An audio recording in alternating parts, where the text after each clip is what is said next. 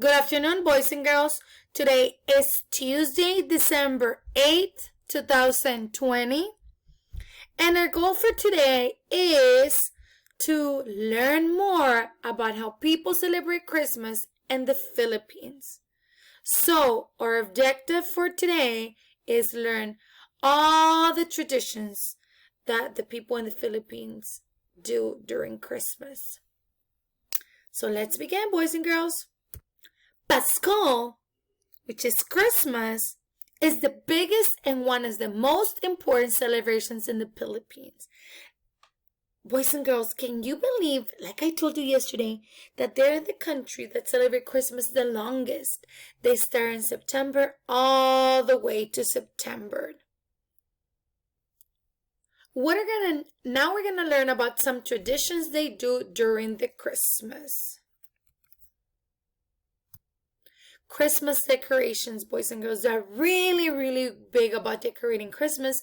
They go out with all their decorations, but the most important one is this handmade lantern, and it's an ornament, and like I told you, it's made with bamboo and paper. They have it in this is the most traditional decoration and ornament, and it's all around the country, in houses and schools. Everywhere you go, you're going to see this 5-star ornament, boys and girls.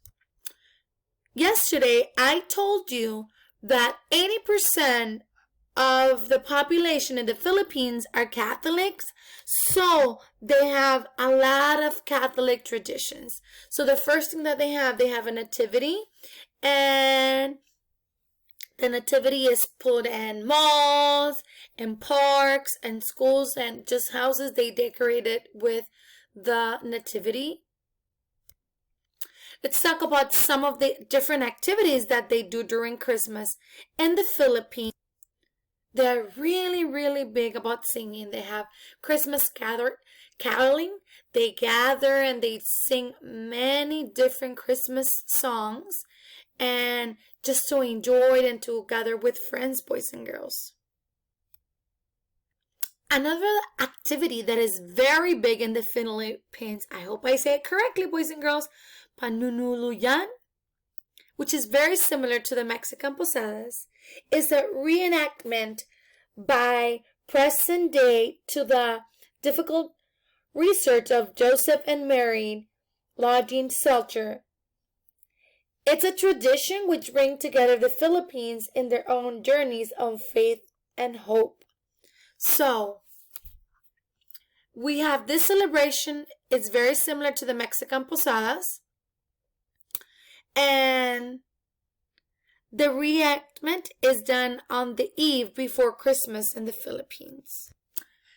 Just like we do Christmas gift exchange, the Monito Monita is the season of giving, and it's the same as their own version of exchanging gifts, and it's called Monito Monita. It's like Secret Santa, and this is usually done among a group of friends or classmates.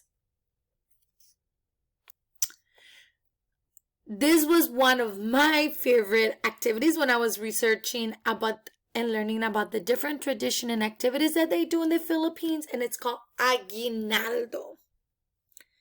So what happens, boys and girls, is that kids often receive cash from adults as gifts in Christmas. It's normally given by grandparents or godmother and godfathers. So imagine receiving that in money in Christmas. That's awesome, correct?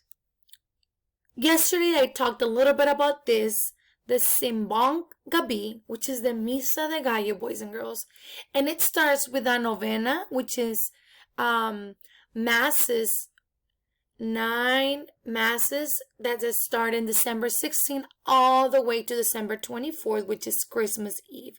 Christmas Eve is extremely important in the Philippines, and they go to the Misa de Gallo, which is midnight mass.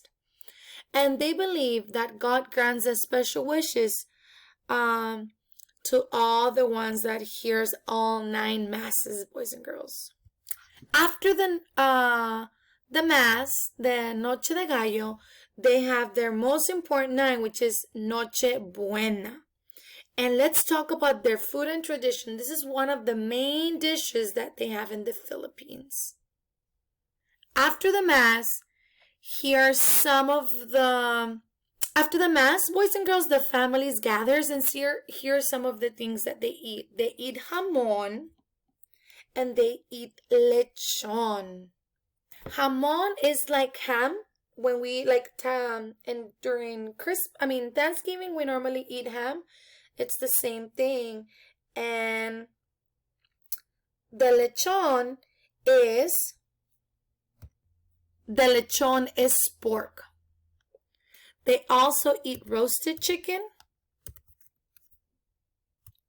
Another important dish that they have is called morken, and it's a meat roll stuffed with sausage or hot dogs, carrots, pickles, cheese, and egg. Look at a picture of the food. It's very similar to some food that we have here. Let's talk about the traditional desserts. They have leche flan, which is, we eat this very, very often in here. We loved it, which is the flan. It's a dessert made up of egg and milk with a soft of caramel on top. Many of you love it. It's one of my favorites. The other one is fruit salad. I absolutely love fruit salad. And the other one is the bibingka. It's a rice usually eaten during Christmas season. The meaning of Noche Buena or Noche Vieja is a lavish midnight feast. That's why they gather after the Mass. That symbolizes their hope for prosperity in the coming year. And it lasts until the following morning. Since they are a Catholic country, they have the 3 wise kings, and those are the ones that bring presents to the children. Let's talk about the new year in the Philippines, boys and girls. So a very important tradition that they have is that on New Year, the women wear polka dot clothes because they believe that it gives them money and fortune. So imagine they are wearing polka dot dresses or shirts on New Year's. And how at midnight we have fireworks. They actually jump high when it's midnight so they can become taller, boys and girls. Another tradition that they have is that they fill their pockets with coins for health and wealth and fortune. And on New Year's, they eat noodles for a longer life, boys and girls.